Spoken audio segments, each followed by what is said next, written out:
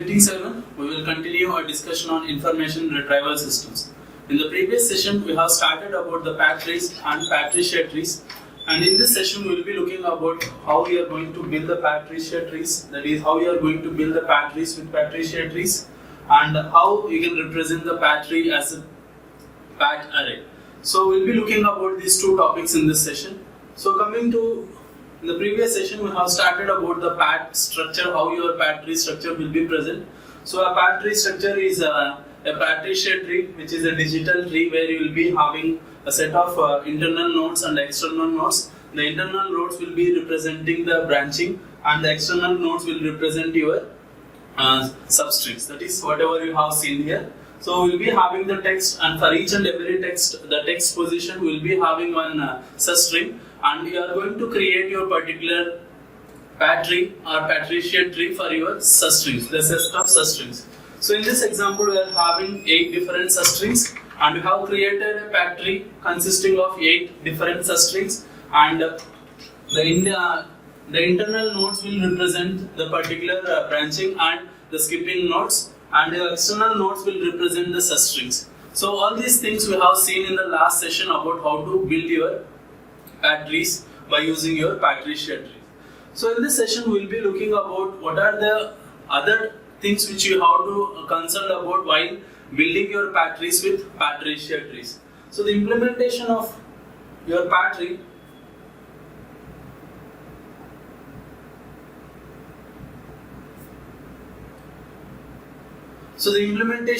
pat tree using conventional pat tree shares is, you have seen already, it is an obvious one. That is, you have your basic substrings, and you are using those substrings to implement the complete pat tree share tree. So with a set of internal nodes and external nodes, the internal nodes will represent the branching, and the external nodes will represent your substrings. Okay. So how you are going to represent the pat tree by using your pat tree share trees, you have seen in the last session. Now, when we implement the pat trees by using your pat tree share trees, they would increase the size of the index, okay, and access time dramatically.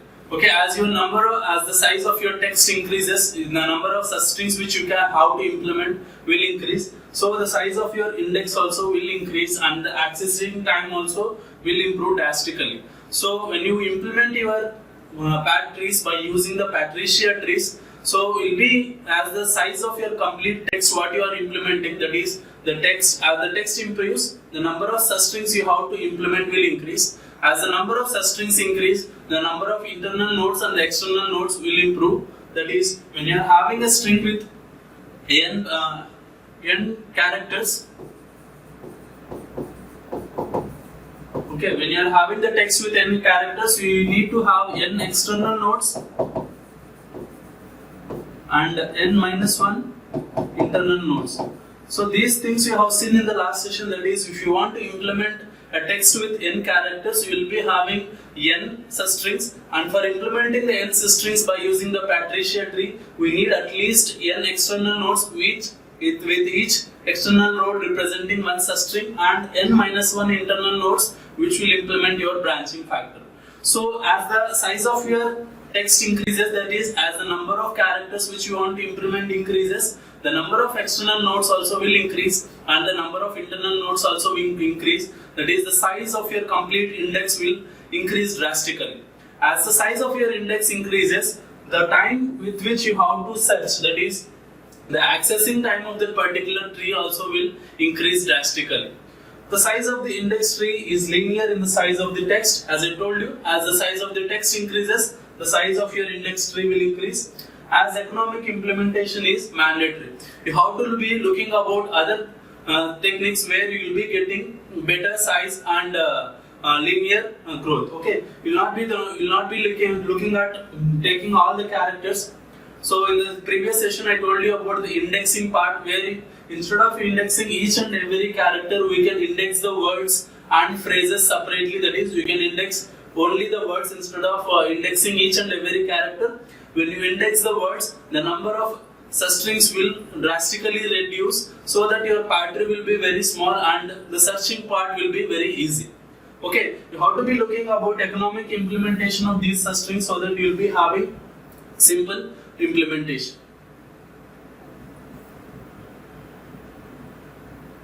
So the implementation of your path trees by using your path tree trees has two main issues. So what are the issues is the large number of nodes in the tree as the tree grows. As I told you, as your text size increases, the number of substrings you want to implement increases. As the number of substrings you want to implement increases, the size of your tree will grow as you have to implement with large number of internal nodes and external nodes. So the number of nodes you have to implement in the tree also will grow very highly. Next, the storage of the external nodes in the physical disk. This is the another issue which you have while implementing your path trees with the path tree trees.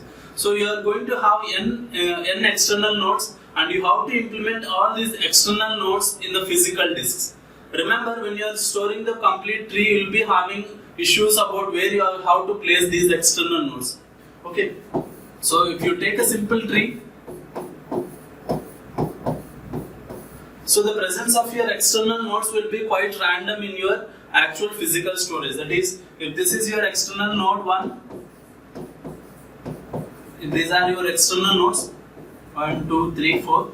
If this is your external node 1, external node 2, external node 3, external node 4, all these level external nodes might be present in different places. That is, they can be present in different positions in the disks. First one, they can be present at random places in the complete disk, or they can be present in different disk pages you are having in your physical disk.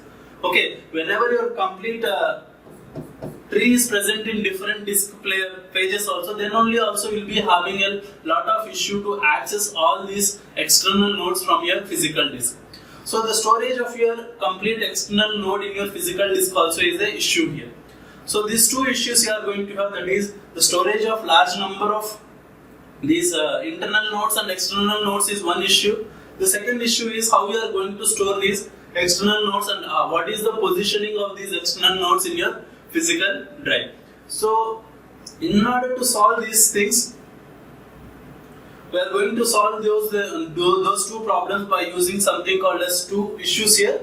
That is, you are going to use something called as bucketing of your external nodes. That is, you are having one issue. One issue is you are having large number of internal nodes and external nodes. So you have to store large number of nodes in your memory. So instead of storing large number of nodes, you can do something called as bucketing of your external nodes. So what is this bucketing? We will be seeing. The second way, that is how you are going to store. The second issue you are having with this implementation by using path tree trees is how you are going to store your complete external nodes in your physical memory. So you will be having too many random accesses in your physical memory to access all those external nodes. So how you are going to store? To solve that thing, mapping the tree into disk using something called as super nodes. Okay, you are going to map your complete tree into the physical disks called as super nodes. That is, you are going to create something called as super nodes in order to store your complete tree in your physical drive. So these two issues you are going to solve by using one part is bucketing to solve how many nodes you are going to store. The second part is how you are going to store your external disks by your mapping with the help of super nodes. You will be using bucketing and super node to solve these two issues, that is whatever you have seen in the previous thing. That is, in order to store the large number of nodes, we are going to use the bucketing. In order to solve the storage of external nodes, we are going to use the super nodes. First one, what is this bucketing part? Collecting more than one external node. Okay, collecting more than one external node is called as bucketing. Instead of storing all the external nodes in your complete system, you can store a part of a set of external nodes in one place. That is, instead of storing each and everything, we can store a part of set of external nodes, and we will be calling that particular set of external nodes as buckets. Okay, so and is an old idea in data processing. That is how you are going to do. So a bucket replaces any subtree with size less than certain constant and hence saves up to b-1 internal nodes.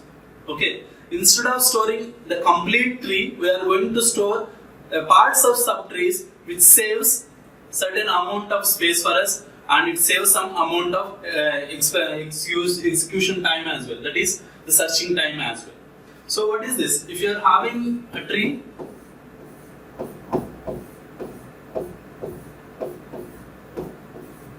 this is your tree,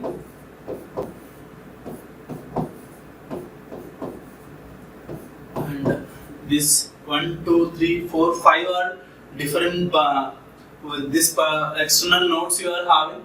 Instead of storing all the 5 different external nodes in your memory, I can take one bucket like this. That is, I can place this subtree, whatever the subtree you are having. That is, I am going to take all these 3 external nodes into one place and store the subtree separately as one bucket. Okay, how many external nodes you have to group will be decided by some certain constant b, so that it will save some these many number of internal nodes. That is, if you are having 3 nodes, you will be saving b minus 1 internal nodes. That is storage of b minus 1 internal nodes. Instead of storing the complete tree, we will be storing only these 3 subtrees. That is, you are going to store 1 subtree, 2 subtrees, 3 subtrees like this. You can store subtrees in separate buckets like that. So when you store them as buckets, that is, you can be having more than one external node. That is, you can store this thing as one bucket. You can store this thing as one bucket. Okay, you can store each and every subtree as a bucket. That is, you can replace any subtree with size less than a certain constant. That is, you have to fix that particular constant, and hence saves so many internal number of nodes. So you can store them as buckets. If there is a search, okay, if they are searching for some element in these things, I have to go through these buckets, and inside the buckets I have to search each and every external node. That is the drawback here. You can store these things as buckets, but you will be having somewhat a different drawback.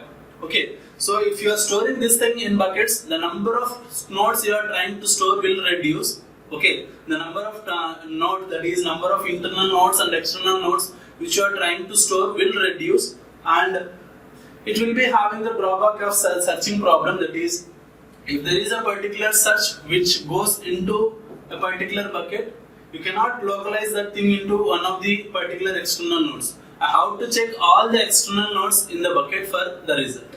Okay, so that will be the issue of having buckets in your particular organization with pat trees to implement your pat tree shared trees. Okay, to implement your pat trees by using your pat tree shared trees. To solve the large storage of your nodes in your memory, you will be going for buckets. That is, replacing one subtree with one bucket, so that you will be storing less number of internal nodes. Okay. The external nodes inside a bucket do not have any structure, as I told you. So whatever you are trying to store, all those external nodes do not have any structure associated with them, and any search that has to be done in that bucket has to be done on all the members of the bucket. Okay, once after storing them as one bucket, okay, all the external nodes doesn't have any relationship or association with them, so all will be treated equally. If there is a search that comes into the subtree, all the external nodes have to be searched for your result. Okay, there is no fast and roll, which is, you cannot have the branching here. That is, if I have one bucket in this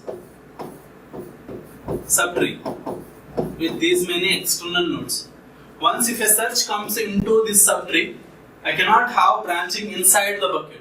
Okay, each and every external node will be having the same association. There will be treated equally. If there is a search that comes into this subtree or your bucket, okay, all these 3 things have to be evaluated to get the result. That is, when you are having a simple pat tree, you can go for your right branching, left branching by using the key values. But when you go for your buckets, you cannot be having this branching inside the bucket. All the external nodes will be having the same priority or same association, and you have to search all the particular nodes to get the result. That is the disadvantage of having your bucket. So this increases the number of comparisons for each search, in the worst case by b. Okay, you will be having b nodes in your bucket, So whenever you get the search, in the worst case, you have to have those many comparisons. That is, you have to have these many comparisons to get the result out of that particular subtree. Okay, so when you are having buckets in your complete Patricia tree implementation, you will be having more comparisons since you are not having any associations or branching inside the buckets. So I have to check each and every external node to get the result of your whether the particular key is present in the bucket or not. Okay, that will be about your buckets. You should remember that you are implementing these buckets since you have to store so many number of internal nodes. So in order to reduce the number of internal nodes you store in the memory, you can group one subtree into one bucket and store only the external nodes in the memory. When you store the external nodes in the memory, so they will not be having any association. If there is a search which comes into this particular bucket, all the particular external nodes have to be checked to find out whether the particular key is present in the bucket or not. So that is how you implement your bucketing in Patricia trees to reduce the size of or to reduce the number of internal nodes we are storing in the memory. This means that the overhead of your internal nodes, which are the largest part of the index, can be cut down. So by this bucketing strategy, what you are doing? You are cutting down the number of internal nodes you are storing in the memory. Okay, you are cutting down the number of internal nodes storing in the memory. So you have to damn surely store all the external nodes. It is mandatory. Why? Because all the keys will be present in your external nodes. But you will be having n-1 internal nodes. That will be the most part of your index. We can reduce that particular part by using this bucketing principle. Okay. So the second issue you are trying to solve here is how you are going to store your complete external nodes in your memory. So we can organize the tree in super nodes. Okay, you are going to organize the tree in super nodes, which will be having advantage from the point of view of the number of accesses as well as in the space. That is, how many number of accesses you have to get your external node present in your search or not. Okay, so when you are storing your pat tree in your memory, so as I told you, when you store your tree in the memory, you will be having too many random accesses. Why? Because your external nodes might be present in different disk pages. So you will be having large number of random accesses and you have to have large amount of space. Okay. So when you insert new nodes, it might be present in a new disk like that, new disk page like that. So in order to solve that, you are going to store your complete tree in super nodes. What is this is, the main idea is we allocate as much as possible of the tree in a single disk page as long as we preserve a unique entry point for every page. Okay, so your disk will be having disk pages. Your complete hard disk will be having disk pages. So each disk page will be having one entry point. Okay, so what you are trying to do is you are going to try to fill a complete page with one tree. That is, as much as possible you try to fill your complete tree in one page. Okay, so that is the idea here. We allocate as much as possible of the tree in a disk page as long as we have unique entry for every page. Okay, so even if your complete tree is going out of the next page, okay, so it will be having a clear entry point to the next page as well. For example, if I am trying to store 1000 nodes in this particular page, and if a 101th node comes, that is 1001th node comes into your system, at that time I have to go to the next disk page. At that time this disk page might not be having a clear entry. So why we are making a super node in such a manner that the next page node also will be having a clear entry point. That is, when I try to access the 1001th node, there will be a clear link from this page to that page that 1001th node is present in the next disk page. Okay, in that manner you try to store as many nodes, that is as much part of the tree as possible in a series of disk pages, so that the searching process will be much easier and accesses will be quite simple. So even the pointers in the internal nodes will address either a disk page, as I told you. If you are having disk pages, the internal node pointers will point to either a disk page or any node inside the same page. Any node inside the same page. So we'll be having the set of nodes. Those nodes will be stored one by one in your disk page. Okay, we will try to store as many as possible. If that is trying to extend, then you will be having a next page pointer here. That is, the internal node pointer will be pointing to the next page. Okay, so either your internal node pointer will be pointing to either the next node, or it will be pointing to the next page in your disk. That is how your organization will be made. So a series of disk pages will be stored as a super node here. Okay, that is the implementation here. With this constraint, disk pages will contain on the order of 1000 internal or external nodes. So with all these constraints, what you are trying to do? So you will be able to store 1000 you will be able to store 1000 internal or external nodes. The constraint is how much implementation or how many application dependent criteria you try to do. You will not be able to fill 80% of the page clearly. Okay, even if you try to fill, at most you can be having 1000 to 1000 internal or external pages in your disk page. Okay, this means that on average each disk page will contain about 10 steps of a root to leaf path. So we will be able to store 10 different steps from root to leaf, that is 10 steps from root to leaf. So we will be able to store 10 steps into root to leaf in one disk page like this. Okay, so this is how you will be having this implementation to store your internal nodes and external nodes. So at a time you will be storing only internal nodes, at a time you will be storing only external nodes. So when you are storing your internal nodes and external nodes, we are going to try to fit all the nodes in one disk page. When you fit all the nodes in one disk page, the access will be much simpler and you will be getting faster response. So this is about how you are going to implement your path trees by using path tree share trees. So when you are implementing your path trees by using path tree share trees, you are having these two issues. How you are going to store your internal nodes in the memory, while storing where you are going to store. So in order to store or in order to reduce the number of internal nodes you are storing, we are going for the bucketing principle. In order to store the memory and get faster accesses, we are going for this super node method. The second implementation is how you are going to implement your path trees as arrays.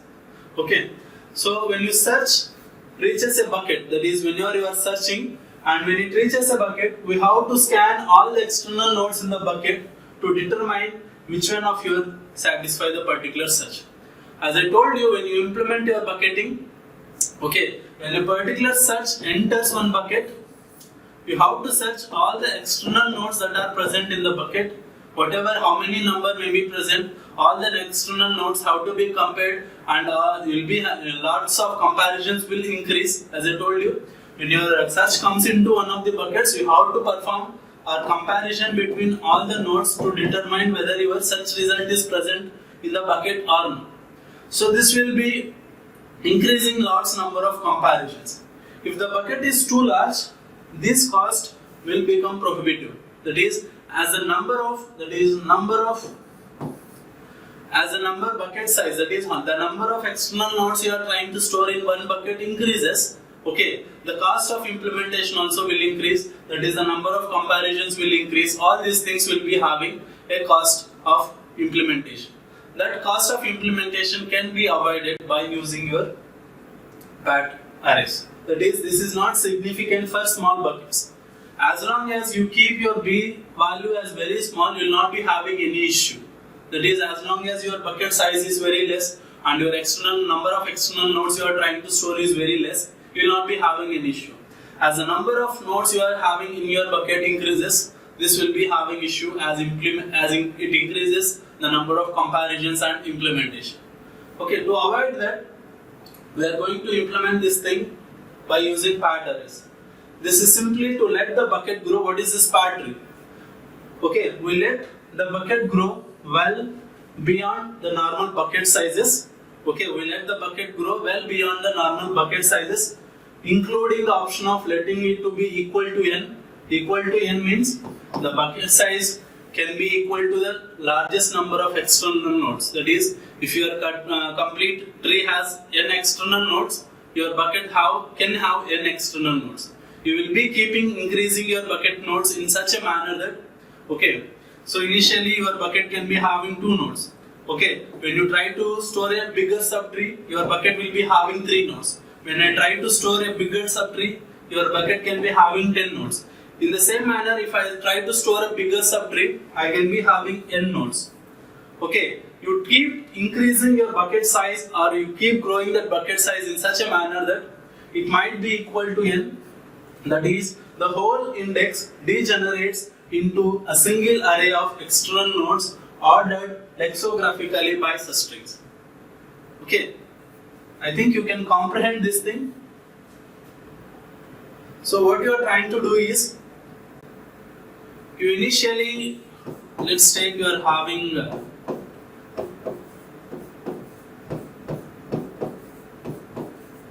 okay, if this is your complete tree, let's take initially I take your bucket size as 1.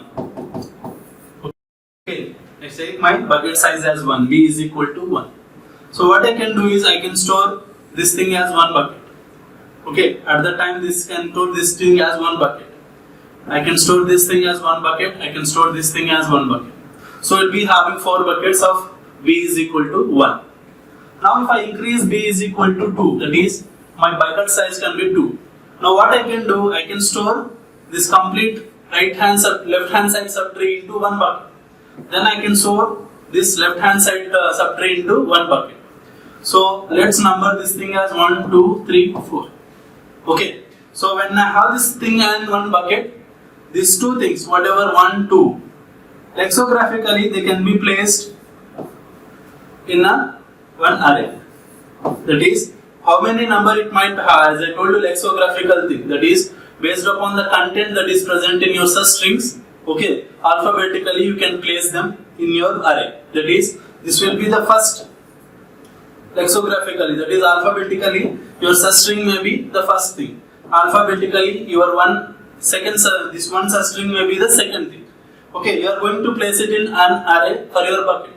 In a similar manner, you can be having the right hand side subtree in 1 bucket, that is 3 and 4 is present in that array. Now if I increase my bucket size to 4, so when I increase my bucket size to 4, this complete thing can be treated as 1 bucket. Okay, then my complete tree can be treated as 1 bucket where your n value is equals to 4.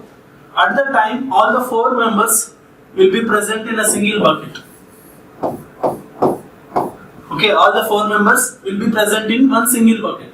So now if you keep them lexicographically, they will be present in this manner. They can be present in any manner based upon the alphabetical order. 2, 1, 3, 4. So this representation will be calling it as the pat array. Okay, so we'll start with the smaller size bucket. We keep increase the bucketing size until I reach my bucketing size is equal to n.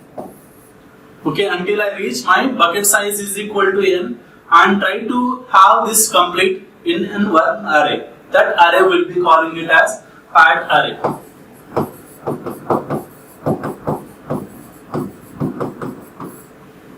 That array will be calling it as pat array.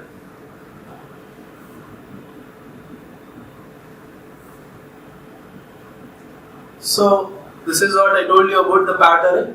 So this is an example of your pat array where you are trying to store the complete thing. So keep the external nodes in the bucket in the same relative order as they are in the tree. Okay, this is another method where you can store your bucket, whatever values, that is the substring values which are present in the external nodes. You can place all the external nodes in the same manner as in a whatever, that is, they are present in a relative order 7, 4, 8, 5, 1, 6, 3, 2. 7, 4, 8, 5, 1, 6, 3, 2. That is your pat array.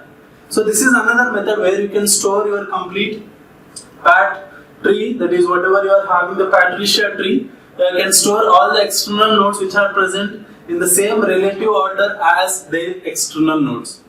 Okay, this is another method which you can implement and store it as a pat array. So whatever you are having, all the information that is present in the pat tree will be present in your pat array. But you will be having this implementation, that is, you will be having the array implementation. So I think you can understand, either you can take the bucketing method, that is whatever you are having in the previous example I told you. You can take the bucket size to the minimum and keep increasing the bucket size until n to get your pat tree in this manner. Or you can take the relative order of your external nodes and store it in an array. That will be a pat array. So both these methods can be used to implement your pat array. In the next session, we will be looking about how you can use this pat array to other searching techniques which you have seen in the previous sessions. Thank you.